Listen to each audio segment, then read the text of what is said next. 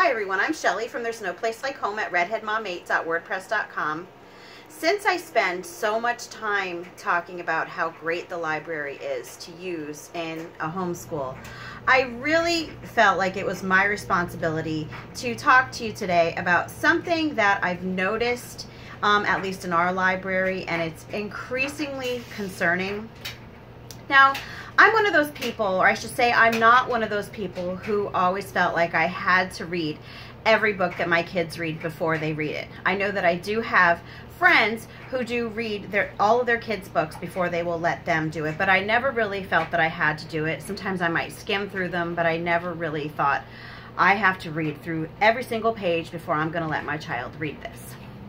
And what I've been noticing lately in our library, and I'm speaking as a Christian, not everybody may feel the same way that I do, but I am speaking as a Christian homeschool mom. What I've been noticing is that it started in the young adult section, and again, it is young adult, but that is really where a lot of my older kids, my teenagers, tend to get their books because, you know, it's on a better reading level for them. And, you know, at first you just kind of had to page through and just watch what sorts of books the kids were getting.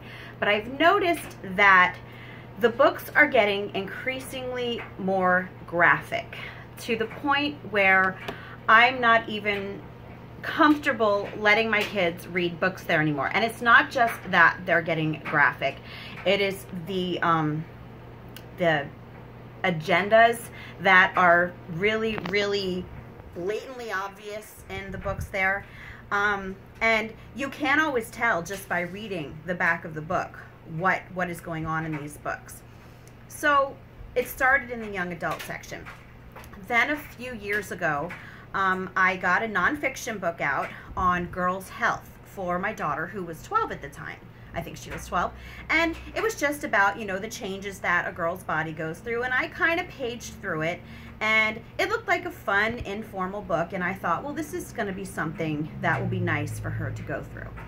And I remember she started reading it, and maybe a day or two after we got it, she came downstairs, and she just had this really uncomfortable look on her face, and she handed me the book, and I don't even know how to describe the sorts of things that were in this book. It was, now I'm going to say, this was in the children's nonfiction section. And the things that it was talking about in this health book were things that you would expect to see like covered in Vogue or Cosmopolitan. Certainly not a book in the children's section of the library. So I've known for a few years that you kind of have to keep an eye out for the books there. And I do have to say that the vast majority of the books are fine. And most of the issues that we deal with are just books that we disagree with some of the scientific theories that they put out as fact that we do not believe are true, and sometimes that runs into historical concepts that they talk about also that we don't really believe. And you know, that we've been able to deal with. It's easy to, with our younger kids, you know, just to kind of skip over that part when reading it with them. And with the older kids, it actually can spark a conversation on looking at both sides of the equation. And, you know, seeing what this group of people believes and what their evidence is behind it, and what this group of people believes and what their evidence is behind it. So that in itself has been educational. But there are some things that I don't want my kids exposed to.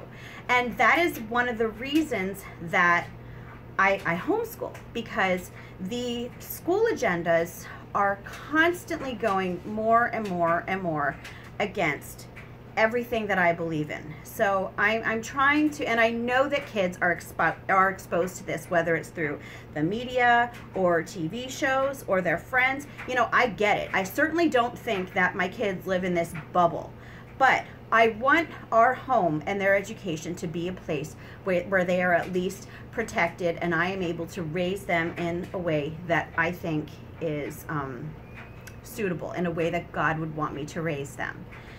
So what sparked me to do this video today, if I've known about this for a while? Well, today I was reading a picture book that I got in the children's section of the library to my 4, 6, and 7-year-olds. And again, I'm going to say it was from the children's picture book section of the library. And about 3 pages in, as I was reading it to my daughters, I realized that it wasn't just a cute story about penguins. It was a story that, again, had a theme that we as Christians do not really want to embrace in our homeschool. And that's honestly what I'm going to say. And how it sounds to some people, you know what, if you don't agree with me, that's fine, and you can raise your kids how you would like to. But as a Christian, there are some things that we do believe, and you just can't bend on them.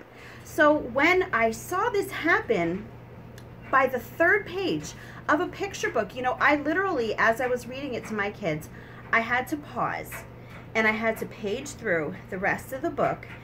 I closed the book and I had to take it out, put it back in the library bin, and I had to take a book off of our own shelves because it was the last picture book that we had left from the library. And I had to read something else to my girls, and then I had to explain to them why I stopped reading this book. So what's the point of this video? My point is that I am not saying not to use the library, because again, the vast majority of the material there is excellent and I would recommend it to everyone. But what I am saying is that if you are a Christian parent, or even if you're somebody who just has more conservative values that you and you really want to instill those into your children, you might want to start being a little more vigilant in just seeing what the materials that you get there are all about. Before, I would just skim through the books in the young adult section, and now I know that I'm gonna have to skim through even the children's picture books. So I just wanted to keep that in mind, because again, since I do often tout how great libraries are for homeschooling, and I talk about this over and over and over again, I really felt it was my responsibility to call this to your attention. So that's all that I have for you today. If you like this video, give it a thumbs up. And I really even hate to say that because it saddens me that I'm getting this upset with our library, because the library is like my sanctuary. So anyway, if you like this video, give it a thumbs up. If you would like to see more of my content and haven't subscribed yet, I would love if you would do that. And I hope you have a great day.